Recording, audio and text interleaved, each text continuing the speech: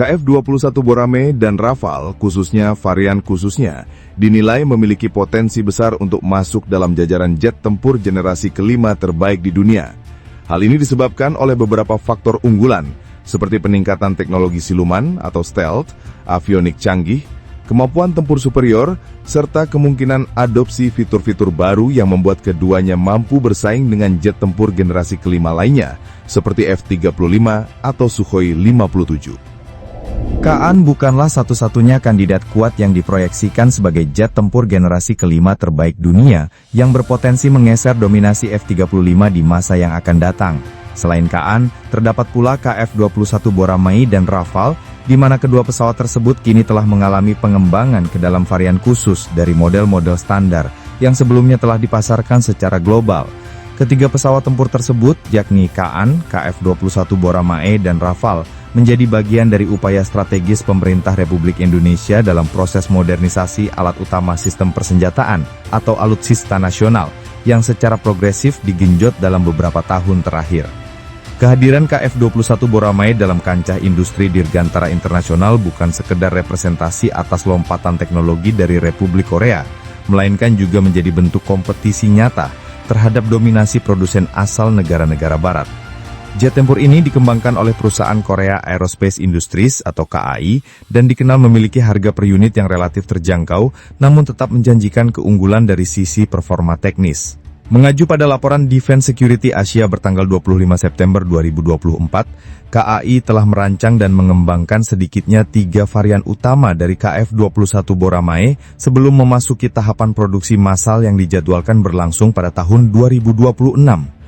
Varian pertama, KF-21EA, disiapkan sebagai tulang punggung operasional Angkatan Udara Republik Korea atau ROKEAF, sementara varian kedua, yakni KF-21EX, dikembangkan sebagai bentuk evolusi dari versi EA dan dikategorikan sebagai varian khusus generasi kelima.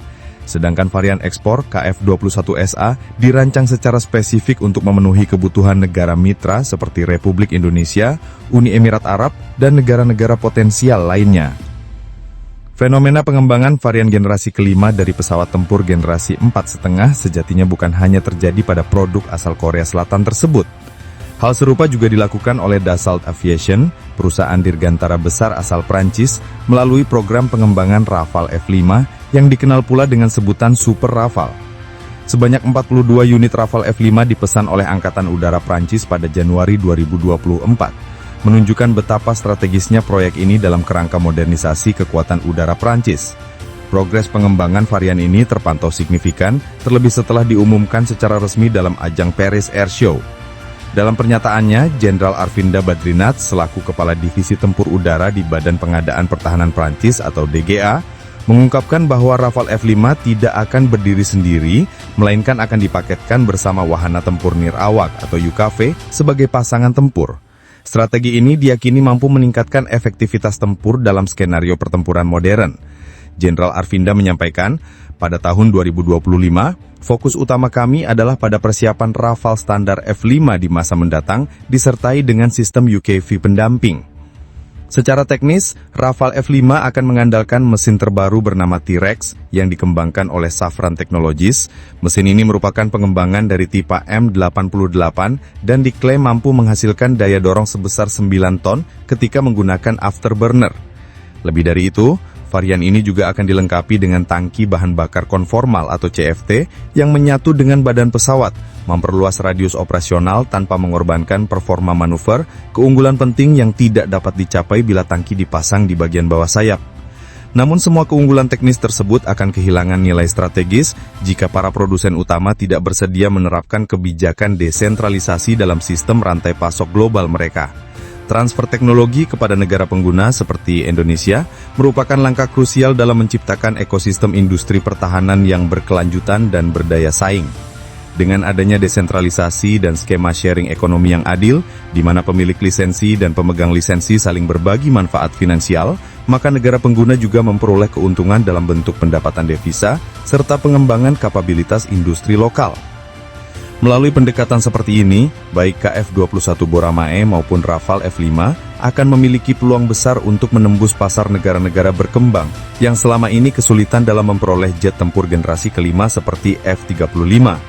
Malaysia sendiri misalnya telah disebut-sebut sebagai calon pembeli potensial melalui skema kemitraan dengan PT Dirgantara Indonesia atau PTDI. Ironisnya, konsep desentralisasi semacam ini tidak diadopsi oleh Lockheed Martin, produsen dari F-35.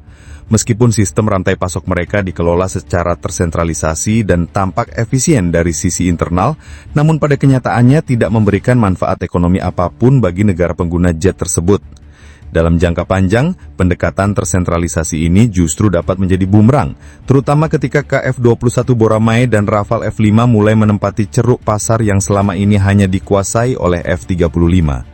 Hal ini menandai awal dari pergeseran kekuatan dalam industri pertahanan udara global, di mana posisi Lockheed Martin sebagai pemimpin pasar akan mulai terancam oleh penetrasi para kompetitor baru dengan pendekatan yang lebih fleksibel dan kolaboratif. Sebagai konsekuensinya, dinamika kompetisi dalam industri dirgantara global tidak lagi hanya ditentukan oleh aspek teknis semata, melainkan juga oleh kecanggihan strategi pemasaran, fleksibilitas skema kerjasama, serta komitmen terhadap pengembangan industri mitra di negara pengguna.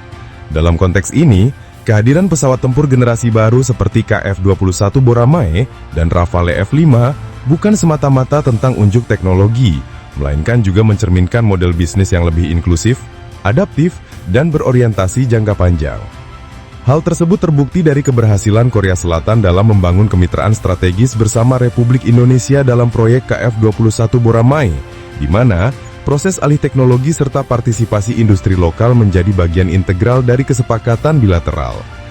Langkah ini tidak hanya memperkuat ketahanan nasional dalam sektor dirgantara, tetapi juga memberikan peluang besar bagi Indonesia untuk bertransformasi menjadi negara produsen, bukan sekadar konsumen teknologi militer.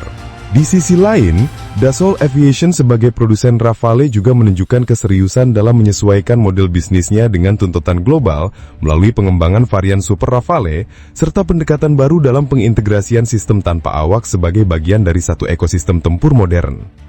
Upaya ini tidak hanya memperluas pasar, namun juga mengubah paradigma operasi tempur udara yang selama ini terfragmentasi antara wahana berawak dan nirawak. Situasi ini semakin menguatkan posisi pesawat tempur seperti KF-21 Boramae dan Rafale F-5 sebagai representasi dari perubahan arah industri pertahanan udara menuju sistem yang lebih modular, hemat biaya, dan bersifat kolaboratif. Negara-negara berkembang seperti Indonesia, Malaysia, dan Uni Emirat Arab kini memiliki opsi yang lebih rasional dan realistis dalam memenuhi kebutuhan strategis mereka, tanpa bergantung pada sistem yang tertutup dan mahal, seperti yang diterapkan oleh Lockheed Martin melalui F-35. Lebih dari itu, model kemitraan yang inklusif akan berimplikasi positif terhadap pembangunan ekonomi nasional, peningkatan kompetensi sumber daya manusia, penyerapan tenaga kerja, hingga pertumbuhan ekosistem industri penunjang akan menjadi dampak langsung dari keterlibatan aktif negara pengguna dalam proses produksi dan pengembangan pesawat. Ini menjadi salah satu faktor strategis yang tidak dapat diabaikan oleh negara-negara yang sedang mengupayakan kemandirian industri pertahanan. Sebaliknya, apabila pola sentralisasi penuh seperti yang diterapkan dalam program F-35 terus dipertahankan, maka keberlanjutan pasar akan sangat bergantung pada kekuatan monopoli serta loyalitas politik semata. Dan ketika teknologi alternatif yang setara mulai tersedia secara luas dengan harga yang lebih bersahabat, serta skema kerjasama yang lebih adil, maka dominasi produk seperti F-35 akan menghadapi ancaman yang serius. Dengan demikian, dunia kini sedang menyaksikan babak baru dari kompetisi antar produsen pesawat tempur global, di mana keberhasilan suatu produk tidak hanya ditentukan oleh kecepatan, ketangguhan, atau daya tembaknya, tetapi juga oleh sejauh mana produsen mampu membangun kepercayaan, membagi manfaat, dan menciptakan ekosistem yang saling menguntungkan bagi semua pihak yang terlibat.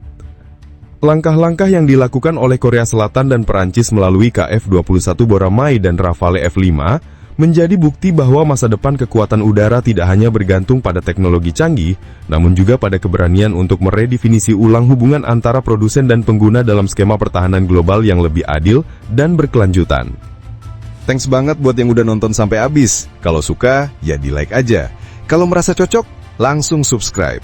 Dan kalau jempol udah gatal pengen ngetik, antem aja tuh kolom komentar. Mau debat? Boleh. Mau bercanda? Gas. Yang penting sopan.